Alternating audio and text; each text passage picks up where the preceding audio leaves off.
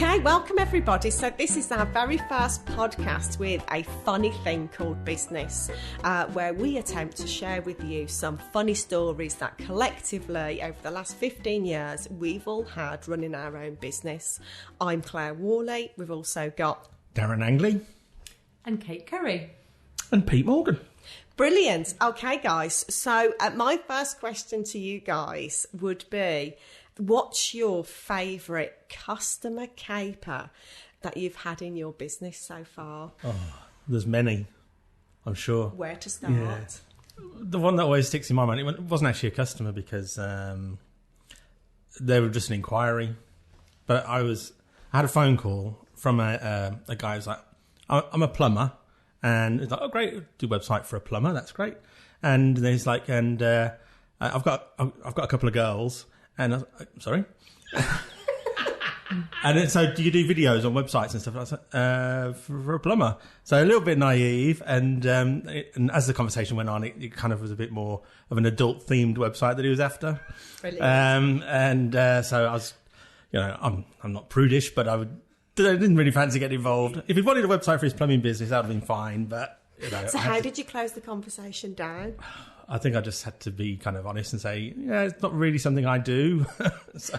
Brilliant. See, when I first started as a business coach, I used to have a lot of people come to me inquiring about me being a coach driver. So obviously, you'd be a good coach driver. Yeah, I would. But obviously, when I first started, I needed some help with my marketing, and I wasn't really doing it right. So, what about you, Kate?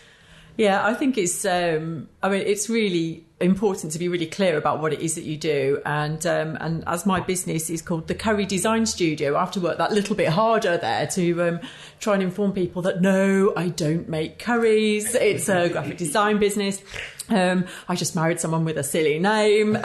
So that takes a little bit of explaining sometimes. But, you do have to just work that little bit harder just to explain that and make yourself understood. But it's nice to have that sort of catchiness to it, I think, and that does definitely make it a memorable company name. Absolutely. Doesn't it just show, though, how clear we have to be in business? What we've got in our heads, that's abundantly clear of what we do, and it's just completely misinterpreted by anybody else. So I'm guessing, Pete, with Monkey Pants Productions, you have quite a few funny conversations. So again, people thought I was a clothing company a couple of times for monkeys. Do you sell pants? No, I really don't. And that's been the main thing. And then very early on, I was attending a network thing, and a guy thought when I said I help businesses get into podcasting that my business was to recommend podcasts to him, but to kind of go, yeah, listen to that one, and listen to that one, and here's my invoice. And it was like, no, I make them. Why would you? And he couldn't get his head around why anyone would make their own when there's millions of them out there to listen to. So that's been the thing. But I always found that anyway with podcasting, because it really is a relatively new thing over the past kind of few years. People know about it, but it's not been as mainstream as it in the UK. And I found that when I was speaking to customers, your first couple of interactions were just explaining what it is you do and, the benefit it would bring and all of that. So that's, I always felt I was a step behind like an accountant or a social media manager or a business coach or a website designer or a design studio, because I know what you guys do. But a load of people were like, no, I don't know what podcasting is. Yeah. Okay, well, let me just catch you up on that first. And then let's talk about... See, Einstein said, if you can't explain what you do to a 7-year-old, then you don't really understand it yourself. And I think that is so useful. Yeah. We all know 6 and 7-year-olds, so test out your business name and your tagline or your introduction and see how it lands. Kids love monkey pants. Children love it. And the logo, which is just this monkey sat in some pants. Brilliant. So what do you wish you would know when you first started out that you know now? Okay, in terms of customer interactions, I wish I'd known that quite often it's so much easier to be able to just speak to somebody or go face to face rather than hide behind emails. Emails and text messages and all that kind of way of communicating can be so easily misunderstood or misconstrued. Sometimes somebody's accidentally left the caps lock on. You're like, oh, they're shouting at me. They're so upset. And then you just sort of pick up the phone like, what have I done? And oh no, it's like caps lock stuck on my keyboard. So it's things like that. I wish I'd known to be a bit more open to more just picking up the phone and speaking to people and having proper conversations. Although that can go wrong too. And I've got a little story which she won't mind sharing. I was having a chat with a client. It wasn't really about work. We were just talking about our children. It turns out we both have a daughter called Amelie. And she said, oh, does yours have an accent? I thought, that's a weird question. Well, I was like, well, she's a bit Brummy, actually. And she went, no, I mean, does she have an accent over the E, like the proper French spelling?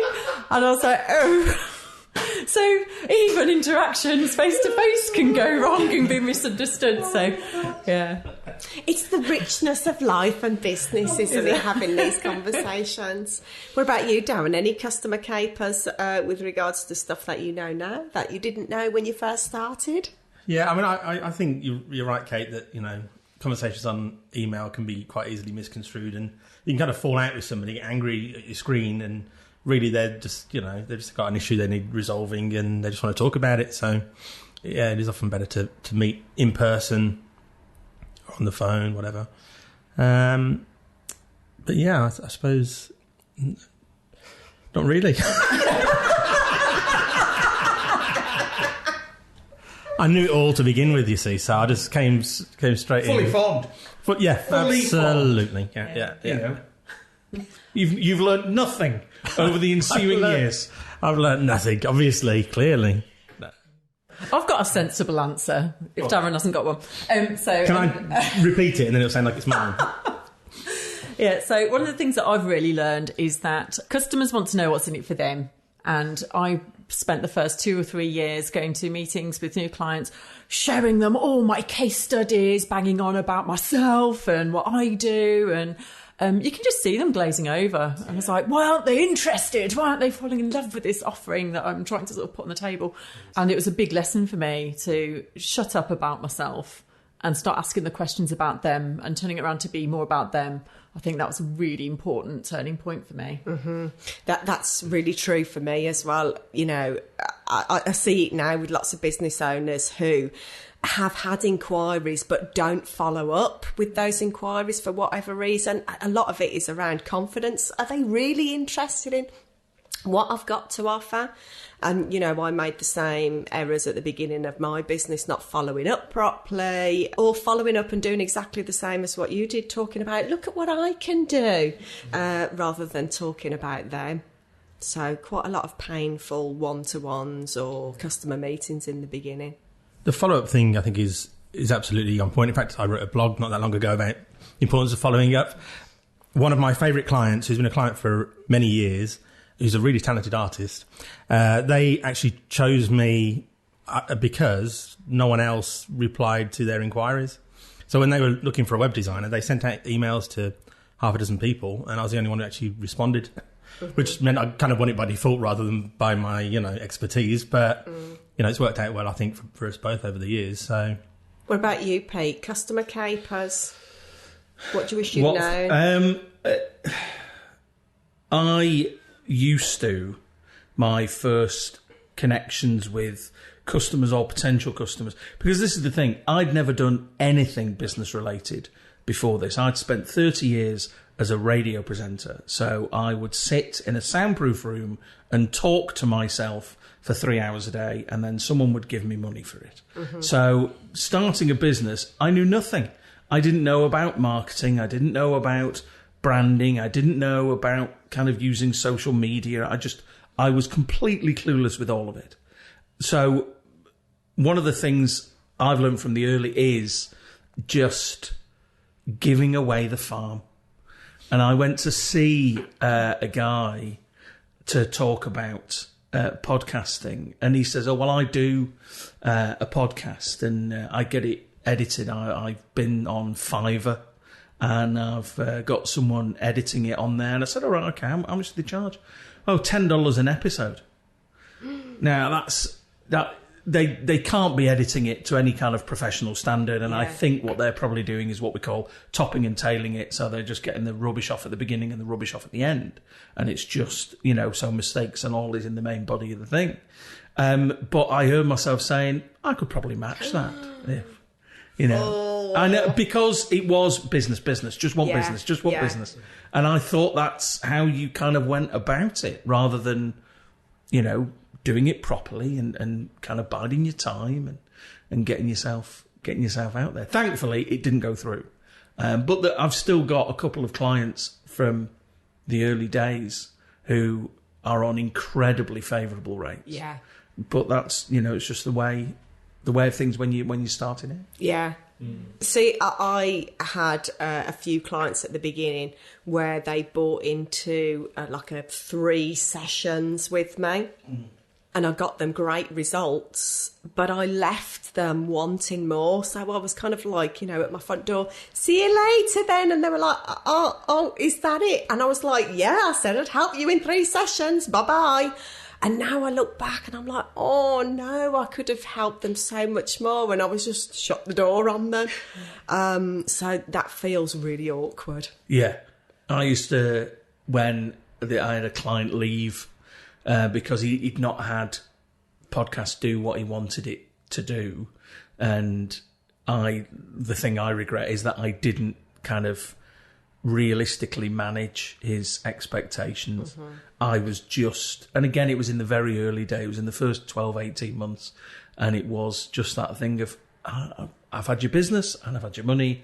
Thanks very much. Yeah. And it's the thing that when you're awake at 2 a.m, it's that little thing that comes in and goes, do you remember when you did that? Yeah. Yeah, and it does make you cringe. So I've got a really awkward question for you now, guys. What's something that you've failed at with regards to the customer capers? I think talking about money is something that's really difficult, and I still struggle now, even 6 years down the line, even though it's much better now. Just sort of thinking about, Pete's comment there about undervaluing yourself and undervaluing your services. But even now, it's still difficult to have those conversations and then to be really clear about what they're going to get for that. So I sometimes have to have really awkward conversations, or actually what you're asking for there is slightly outside of what I've quoted for, and having to ask for more money is always difficult. I don't enjoy those conversations at all. Those are quite difficult. Yeah. Well, that's it. You get into graphic design because you love graphic design, and then you have to have all these business conversations instead. So, absolutely, yeah. I find that's been a real learning curve for me, because working in an agency for 15 years prior to trying to do it for myself, and suddenly finding like I haven't actually got a clue how to turn this into a business, and just sort of stumbling in the dark quite a lot of the time, and then finding that I've just turned around a 36-page brochure for 50 quid. No. I'm exaggerating slightly, but, it's things like that would happen quite frequently. And I'd feel bad asking for that. So what about you, Darren? Anything that you've failed at? Well, of course there is, because, we've been in business for years. Can't think of any examples of failure. Liar. No, I mean, there are times when projects go wrong. You misinterpret the brief, or just doesn't pan out the way it's supposed to.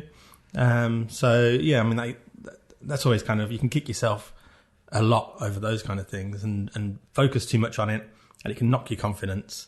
And that's definitely happened on a few occasions where you just think, really, was it right from the start? Did we have the wrong we were on the wrong page from the beginning? And sometimes I find that, you get into conversations, or you get into a project, and you just find yourself going down this little path that you never realised was even an option, where the requirements are quite clear and the project's going in one way, and it just kind of veers off. And when you get to the end of it and you think, how did we end up here? This isn't at all what I thought it was going to be in terms of, the conversation, in terms of the relationship, in terms of the product, in terms of the price, all of that stuff. It's like, no, how did that happen? I don't think you have failures, though. I think it's like, it's not the problem is it's how you respond to it, not what the problem is in itself. And I think that's how you can just, usually you can get something if somebody's not happy with the way a project's gone or whatever. You can turn that around to be a positive. Absolutely. I've got a quote in my bathroom that Queen Victoria said, "We'll have no failures here, only success and new learnings." So the biggest success and new learnings for me was when I first started my business. And my accountant retells this story now, that I turned up to my first networking group in, jeans and a tailored shirt, because I was like half corporate, half business coach. And he said I looked like a college student, and he thought I was on my way to the college. Did you look like a coach driver there? No, I had heels on and everything, but he still thought I was a college student. But my failure or my new learnings was, I thought I'd just walk into that networking group and ta-da, I'm a business coach. Where's your business? Yep. And of course, it takes time to build up relationships, and that didn't happen in the first, second, or third meeting. No, I've again, in the early days, it took me about 12 months to realise that every interaction shouldn't necessarily end in money. And that took me along, because it used to be in my mind of, right, you're gonna have a coffee with this person, you're gonna meet up with them, and there's money at the end of this.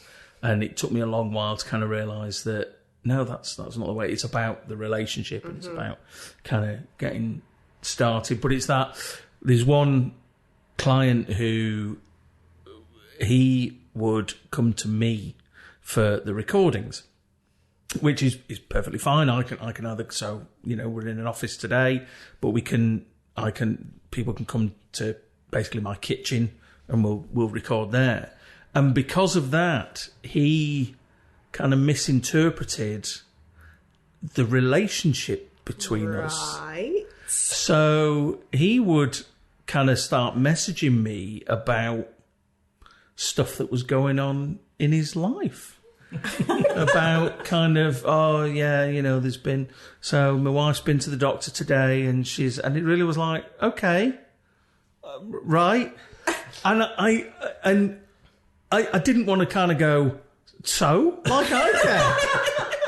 So the way I've had to kind of deal with it was just to be understanding, but relatively brief and not invite any more. And over time it kind of stopped, and I think he realised. But yeah, that was just really kind of okay. How did this all start? Yeah, well, maybe that's the joy of WhatsApp. Yeah. Them lines get quite blurred, don't they?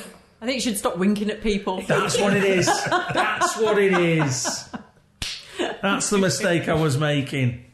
So what should I have asked you today about customer capers that I didn't? What are you not sharing? Kate? Thanks, guys. I don't know. I mean, I try not to be too specific with stories, because I worry about revealing people realising it's them. Yeah. People listening. Revealing too much about yourself, probably. Yeah.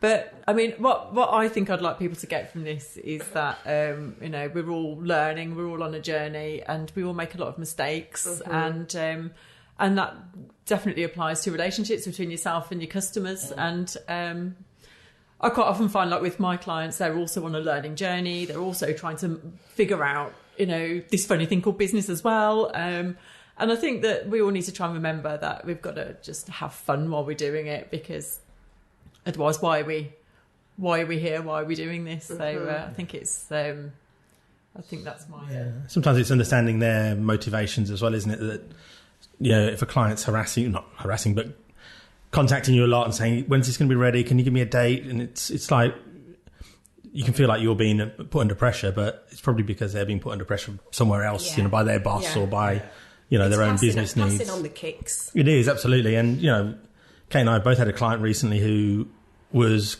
quite on the phone all the time and just like seemingly in a bit of a panic, really. But the truth was, he was just starting his business up, and he was in a bit of a panic. It's like, this is really, it's exciting, but it's also really nerve-wracking, and he just wanted to make sure everything was done and everything was done right. So, you kind of understand those motivations. You can account for it, can't you? And you have to also take into account that there's real life going on behind the scenes. Absolutely. So sometimes you'll find somebody will ring you up and have a right, grumble about things, and you're like, well, that's not actually really my fault. But then you'll find out that in the background there's other things going on that have really affected their mood that day, and they're just having a tough time. So I think that's really important to bear that in mind sometimes. Yeah, I think it's important to give people the benefit of doubt. Because there's stuff happening behind the scenes that we just can't possibly know about. So what are you taking away from the conversation today? It's that thing that we're not alone. Yeah. Because it's easy to think that's because, Claire, both you and I essentially work by ourselves, and that can be quite a lonely thing at the time. There isn't an office, there isn't office banter. As I say, I did really, really well in the last World Cup sweepstake. But it's realising that other people go through the same thing. Oh, absolutely, yeah. We all have exactly the same challenges, and this is what's lovely about today, that we can come together and we've got the office banter. We've created it ourselves, found ourselves a little office and finding some funny stories to share, but we all have them. So key takeaways are: check your caps lock's not on when you write an email. Don't wink at people during meetings. Be really clear about how you share what you do and how you do things. Yes. Take WhatsApp off the table. sell the coach, obviously. You've got to sell the coach. Yeah. It's giving the wrong impression. It must be the hat. Brilliant, guys. Well, thanks for getting involved, and I look forward to hearing what we've got to talk about next week, which is all about social media marketing. So that's going to be a fun one.